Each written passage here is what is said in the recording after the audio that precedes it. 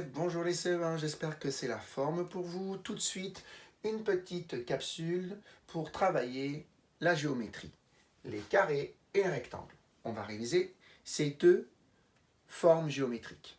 Ce sont des polygones, ils ont 4 côtés, c'est pour ça qu'on les appelle aussi des quadrilatères. Maintenant, ces quadrilatères, carrés et rectangles, ont des propriétés spéciales. Vous les connaissez, je pense. On les révise ensemble. Le carré a 4 côtés identiques, alors que le rectangle a 2 grands côtés qui sont identiques et 2 petits côtés qui sont identiques. Le grand côté, c'est la longueur et le petit côté, c'est la largeur. Voilà déjà la première chose qu'on peut dire sur les propriétés du carré et du rectangle. Quand je dis propriété, ça veut dire qu'est-ce qui leur est propre, qu'est-ce qui est à eux, quelles sont leurs caractéristiques. Vous avez vos caractéristiques aussi. Vous avez une taille, vous avez une couleur de peau, une couleur pour les yeux. C'est votre fiche d'identité. Et là, nous parlons de la fiche d'identité des carrés et des rectangles. Donc là, ce que l'on sait, c'est que le carré a 4 côtés égaux et le rectangle, 2 grands côtés pareils, 2 petits côtés identiques aussi, longueur et largeur. Il manque une chose très importante. Ces deux formes géométriques ont des angles droits. C'est-à-dire qu'à chaque fois qu'il y a 2 segments qui se touchent, à chaque fois qu'il y a 2 côtés qui se rencontrent, ils sont écartés d'un angle droit.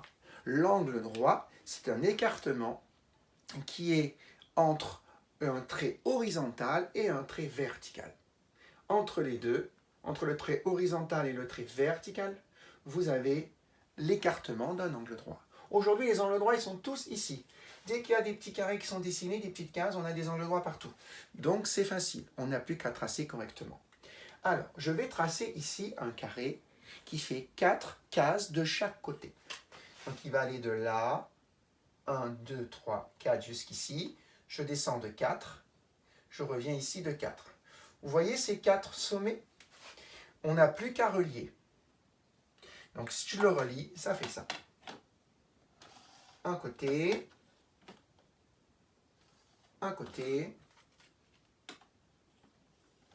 un côté et un côté. Les 4 côtés sont identiques, ils font 4 cases de longueur. Et j'ai un angle droit, un angle droit, un angle droit, un angle droit. Maintenant, un rectangle. Je vais prendre 4 pour... je vais même prendre 3, allez, pour la largeur. Et je vais prendre 5 pour la longueur. 1, 2, 3, 4, 5. Jusqu'ici, je redescends de 3 et j'ai mes 4 sommets. Voici mon rectangle.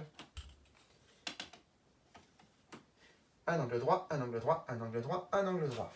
Et vous avez un côté de 3 ici, un autre de 3, ce sont les largeurs. 2 côtés de 5 en face à face, c'est les longueurs. Je vous laisse maintenant vous entraîner à la maison sur votre CapMath. Vous pouvez aussi sur votre cahier bleu, en vous aidant des cases qui sont à l'intérieur, faire plein de carrés, plein de rectangles. Vous décidez de faire un carré de 5 cases de côté, vous décidez de faire un rectangle qui fait 8 cases de longueur et que 2 cases de largeur, il va être très très fin. Voilà, à vous de jouer, entraînez-vous, faites-moi des carrés, faites-moi des rectangles sur votre cahier bleu et sur votre CapMath. Bon travail et à très vite pour la suite. Au revoir.